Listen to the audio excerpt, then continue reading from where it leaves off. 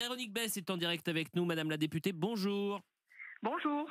Véronique Besse, vous avez voté, vous êtes députée de Vendée, et vous avez voté la motion de censure. Vous êtes une non-inscrite, donc vous êtes indépendante, vous êtes libre, et ça tombe bien, c'est une radio libre. La parole, elle est libre, elle est plurielle. Quand vous entendez, d'abord revenons rapidement sur la motion de censure, tout ça pourquoi, Véronique Besse? Bah, écoutez, déjà, quand on est libre, en ce moment, c'est assez confortable, hein. J'avoue que je suis ravie d'être non inscrite puisque j'ai ma liberté de parole et ma liberté de vote.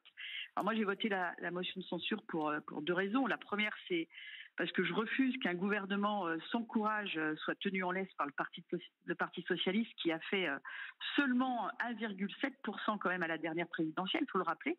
Et c'est ce parti aujourd'hui qui dicte en fait sa loi à la France entière. Donc je pense que c'est une vraie trahison démocratique. Et puis la deuxième raison, c'est qu'on a un gouvernement qui n'a plus de légitimité.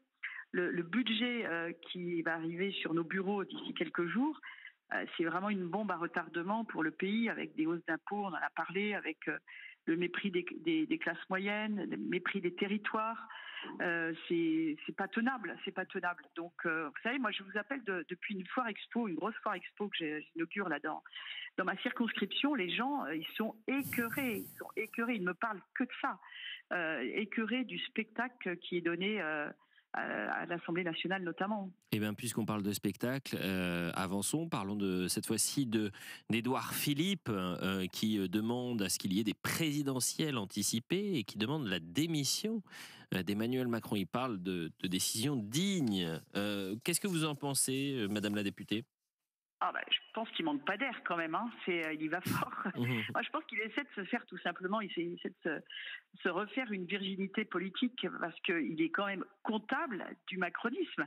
Il en a été le premier artisan. Donc, appeler au départ anticipé du président, en fait, c'est admettre l'échec du système qu'il a lui-même contribué à bâtir.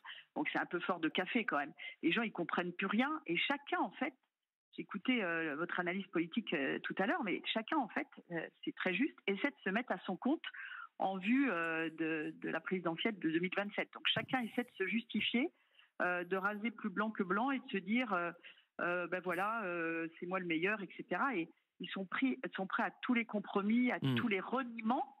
Et c'est une forme d'ingratitude. Et ça, je pense que les Français, ils n'aiment pas ça. Il y a une ligne rouge à pas franchir, c'est-à-dire que on tire pas sur une ambulance et le président de la République reste le président de la République. Certes, il est bas dans les sondages, tout le monde a envie de le voir partir, mais ça reste quand même le président de la République et d'un ancien Premier ministre d'Emmanuel Macron, ses paroles sont quand même trop fortes et je pense qu'il ne s'est pas grandi en disant ça.